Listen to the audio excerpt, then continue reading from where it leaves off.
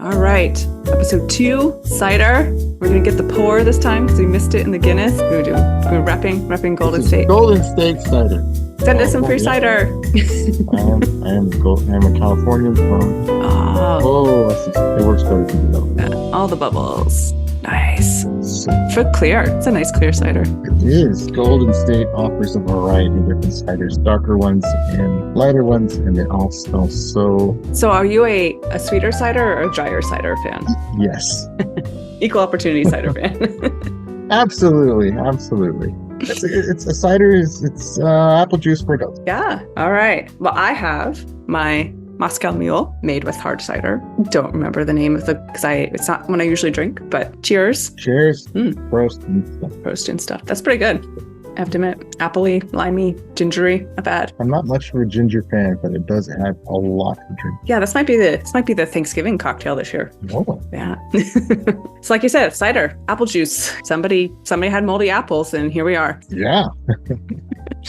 I saw where the first recorded references are actually to Julius Caesar and his attempted invasion of Britain. No. And they found the Celts there fermenting crab apples. I don't know if you've ever had a crab apple or seen a crab apple. They're small.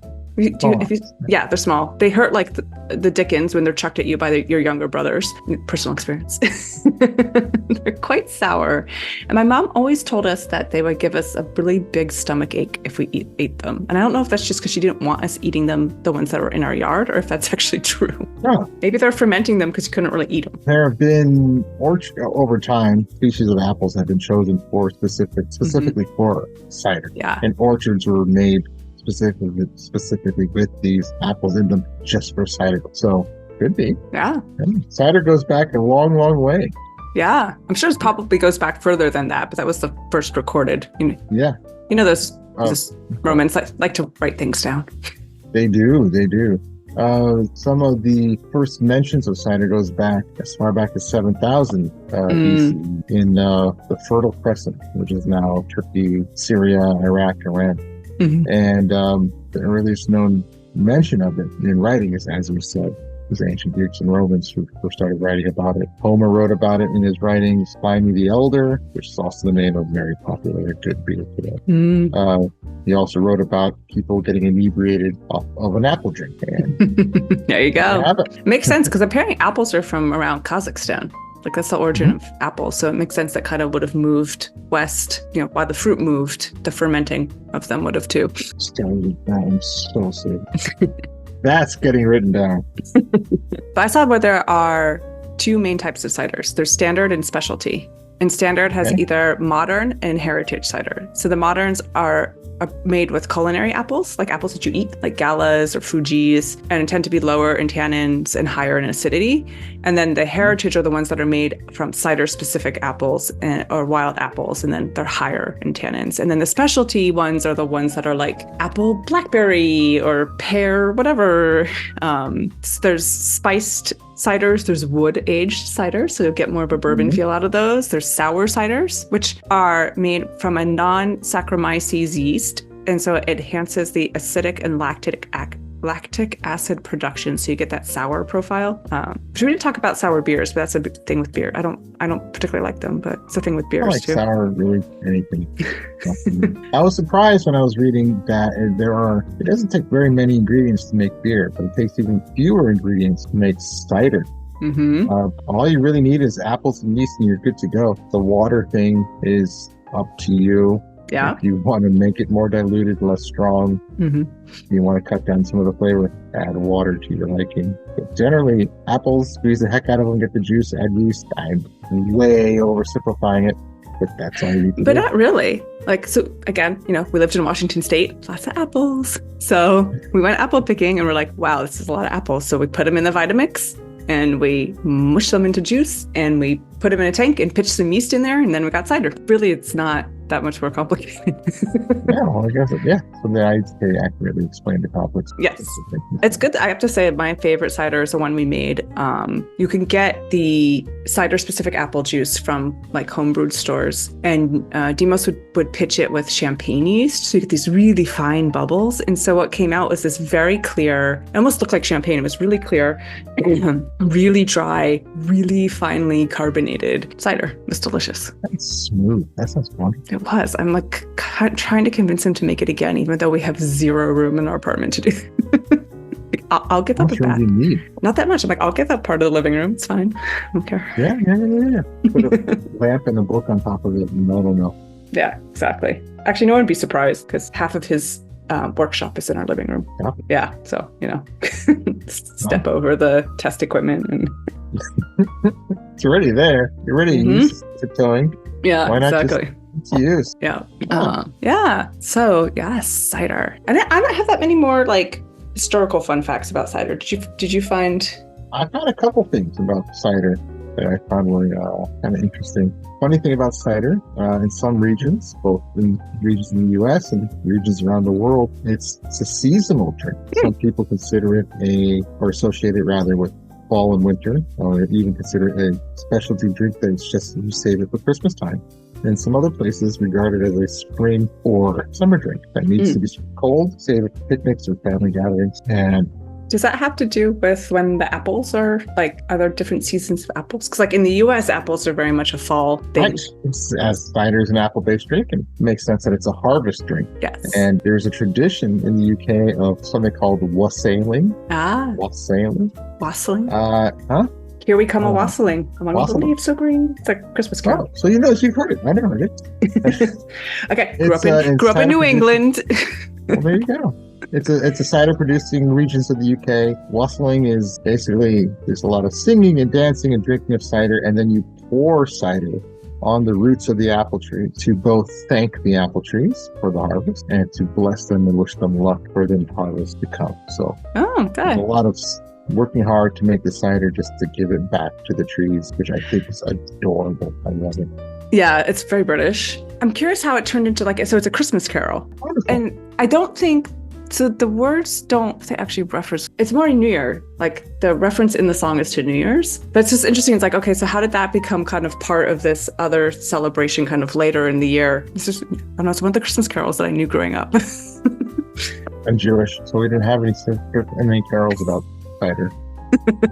I mean, it's interesting though, if you think about holiday traditions involving alcohol, right? Like there's eggnog for Christmas and, champagne for New Year's. And you kind of wonder how a lot of that evolved. I've never harvested apples before. Makes sense that it's a seasonal thing. I don't know what seasons you produce the apples, or rather, I don't know what seasons you traditionally produce the cider from the stuff that you gathered however many months before. I don't know how long it takes to make a good cider. Yeah, I guess it probably would be around Christmas, right? So like if you harvest, let's say October, November, probably would be around December in the New Year's that you'd be having the cider. So you've never gone apple picking? I went apple picking. I don't remember what time of year it was. That's definitely fall.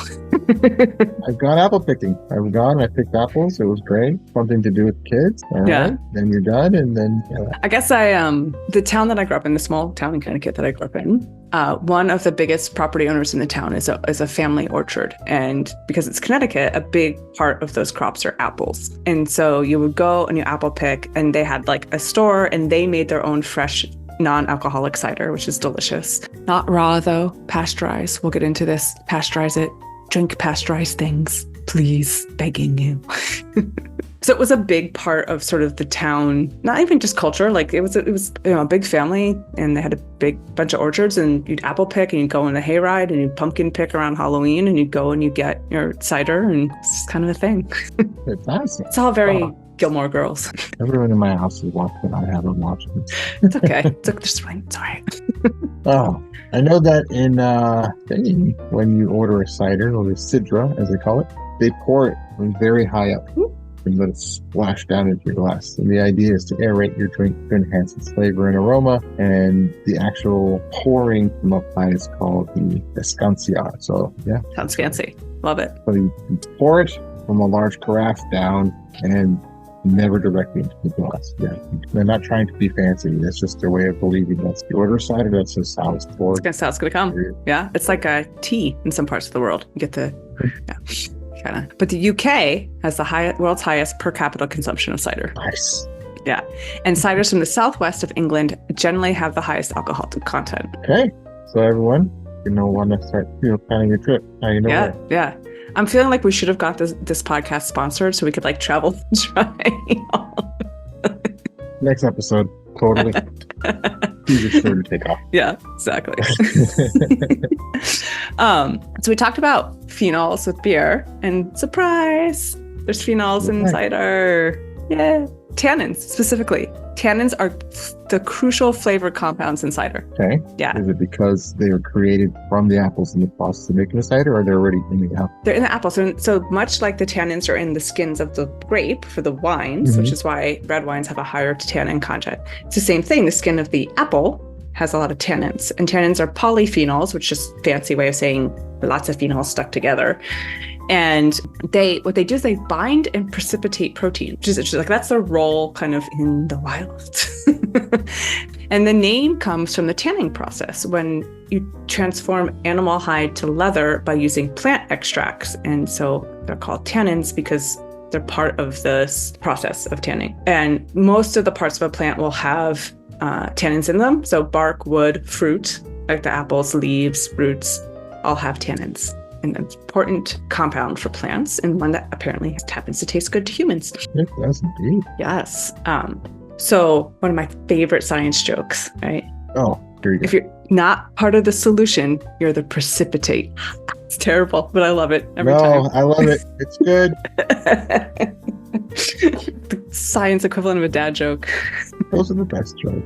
They are. I think I like science and also a dad. So we talk a lot about yeast with beer.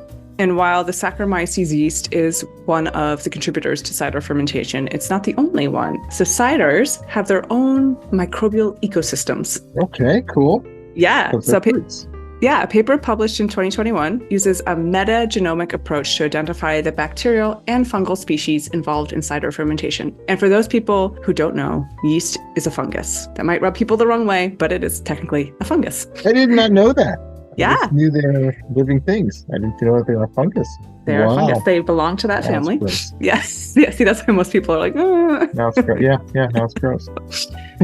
So in this paper, they took 6 tanks of cider fermentation from 4 producers in France. So France apparently has a pretty high cider production as well. Right. And they used metagenomics. So metagenomics is a fancy way of saying the study of the structure and function of an entire nucleotide sequence that is isolated and analyzed from organisms in a bulk sample. So basically, it's you just a good example is soil.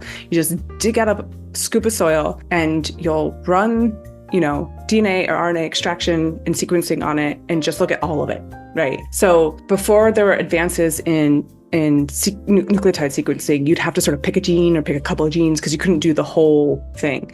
This is saying we're going to identify what species of bacteria or fungus or other microorganisms are in this sample based at looking at all of the DNA that we can get out of the sample, is essentially what you're doing. And so they found 40 bacterial genera and 48 fungal genera in the microbial diversity in these tanks. And obviously the microbial diversity was highest during the fermentation because, again, it's nice and kind of warm and there's lots of food, lots of things that all the microorganisms like. And each producer had a specific microbial ecosystem. So it was different for each of them. Okay. And one of the interesting things was that they could actually predict spoilage of the batches of cider based on these metagenomic analyses because they could identify that there were bacteria present that would spoil the batch towards the end of the fermentation. It's kind of like an early warning, don't use this batch. It's gonna go bad.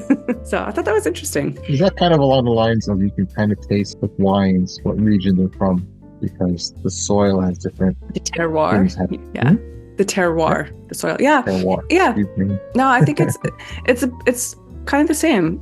Each of these ciders taste different because of the specific microbial ecosystems. Probably those microbial ecosystems are because of the specific apples that are grown in that region and used for the cider. Yeah, that's kind of cool. That's fascinating. And minor point on taxonomy. So, genera. So, in the Linnaean, this is Linnaeus' system of taxonomy and classification for life. Like, he was the guy that put this all together. It's life, domain, kingdom, phylum, class, order, family, genus, species. So this is how you organize life as a scientist. Right. So genera or genus is right before species. So for example, if you're looking at Saccharomyces cerevisiae, Saccharomyces is the genus and Cerevisiae is the species. So there are many Saccharomyces yeasts in the different species underneath. Okay, how many are there?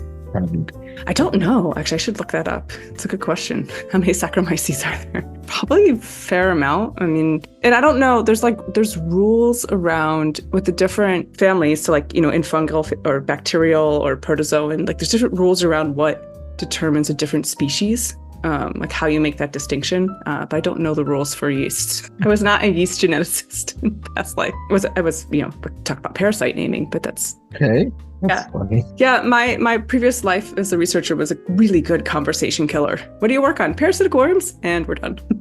Speaking of that and alcohol, there's the TV show Cheers. I don't know if everyone knows about it, but it takes place in the bar. I love that show. How do you not know about Cheers? Classic. Every episode started with a little mini act. Something happens and a joke is told, and then on with the opening credits. And there was one opening credit. This guy is a regular customer, comes in, sits at the bar, depressed, talking about work. And where do you work? And, I work at some facility that's developing new viruses and whatever. And it's really bringing me down. And like, fuck up, buddy. You're doing great. Keep it at it. You'll do fine. He's like, yeah, I shouldn't be depressed that I work at a facility that's developing viruses and stuff like that. Thanks, guys. And out he goes. And as soon as the door closes and he leaves, everybody, customers and employees are like scrambling, scrub the place down. So I thought that's a fantastic bit. Yeah. Remember that. Okay. Yeah. Good on you. And it's relatable because it's Cheers, it's a bar. Yes, Cheers is a bar. But it's also relatable, and why I said you always need to drink pasteurized cider is because you can give yourself a cryptosporidium infection if you do not. What is a infection? Cryptosporidium parvum is a protozoan parasite, so they're very small, and it causes mild to severe gastroenteritis, tummy troubles. Oh, okay. Tummy troubles. And there's no consistently effective drug treatment, so that's fun. So it's transmitted primarily through a fecal-oral route. So what happens is that outbreaks are associated with fresh, unpasteurized cider contaminated with cattle feces. Yeah. Pasteurize or drink pasteurized stuff. No, I'm just looking at my glass and debating another sip. Well, that's been heavily processed. But one possible way, if you don't want to do pasteurization, which I don't know why you wouldn't, because it's a wonderful process that's been around for hundreds of years. But for some reason, you're jumping on the no pasteurization bandwagon.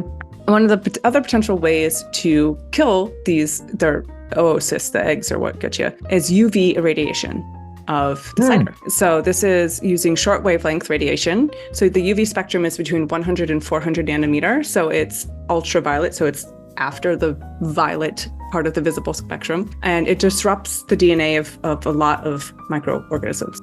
So it's used in hospitals and things like that. There is some controversy about irradiating food because people are under the mistaken impression that it'll make the food radioactive. That is not the case. That's not how this works.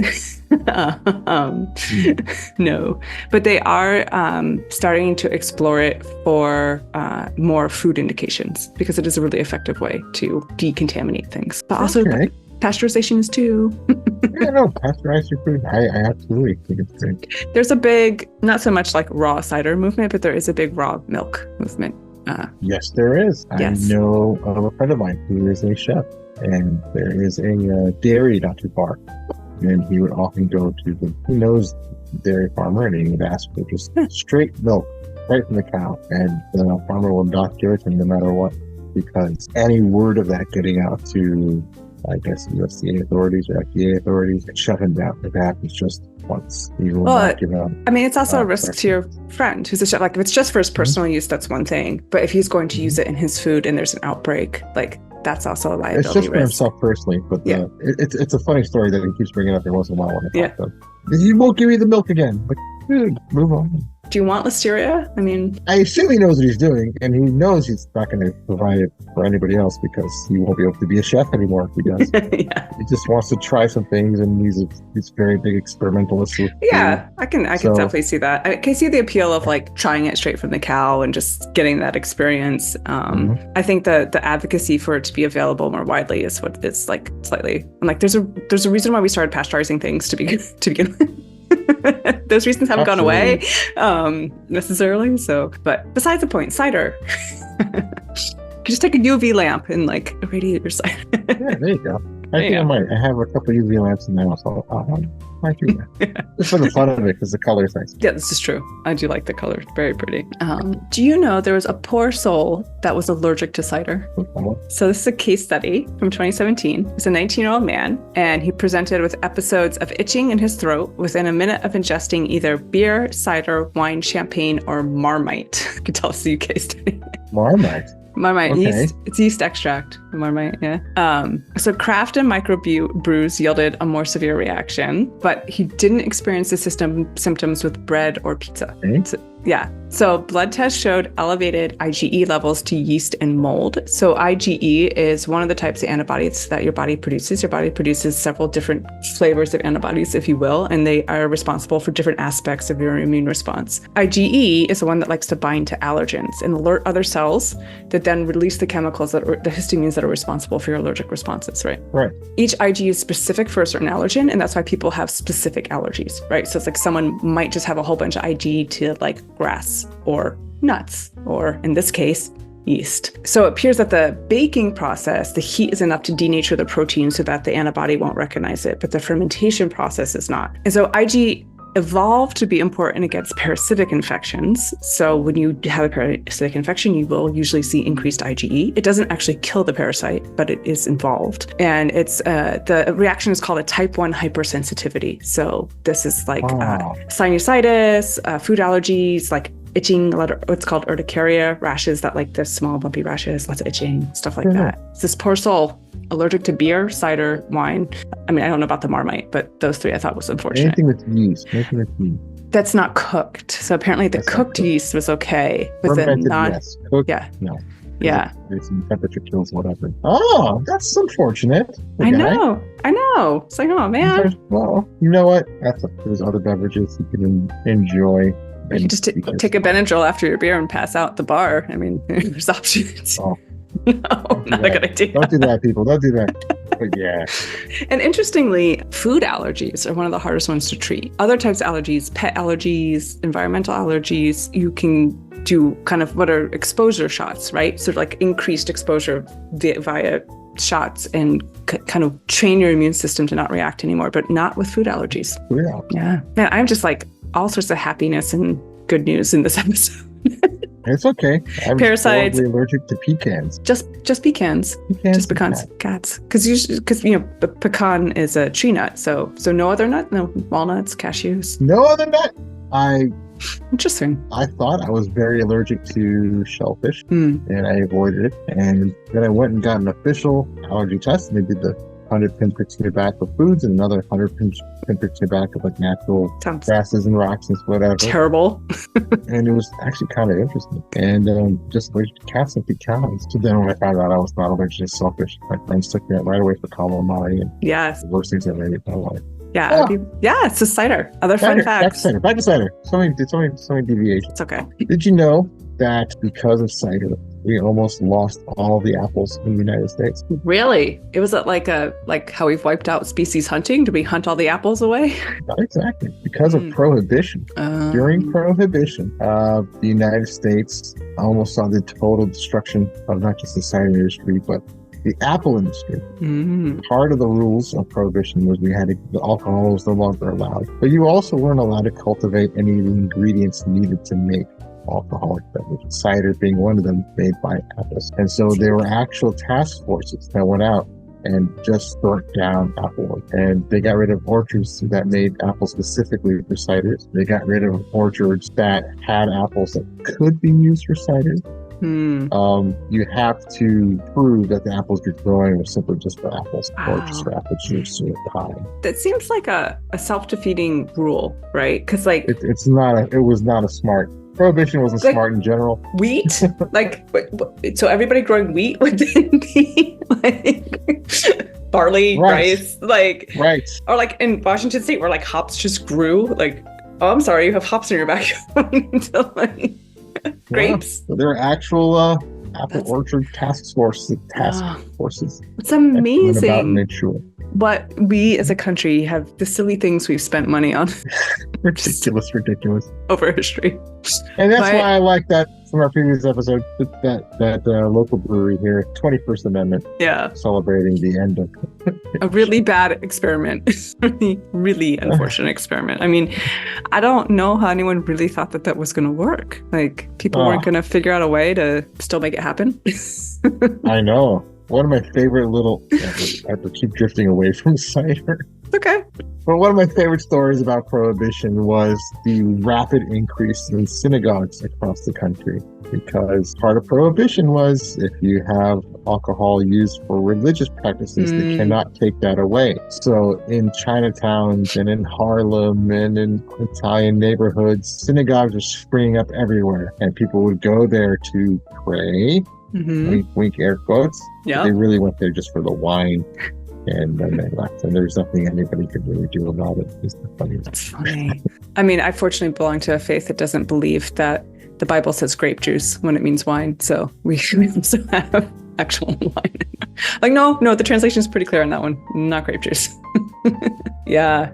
I don't know if after Prohibition, but one of my favorite musicals is Guys and Dolls. And one of the best numbers in there is Sit Down, You're Rocking the Boat. And it happens at a Salvation Army meeting. And it's all about like these guys that gamble and drink and they're pretending to be repentant sinners, and it's really funny. I've never seen it. No, I want to see it. It's an older musical. There's a TV version with Frank Sinatra and I want to say Marlon Brando. Whoa. I think it's Marlon. I think it's like it's yeah. Okay.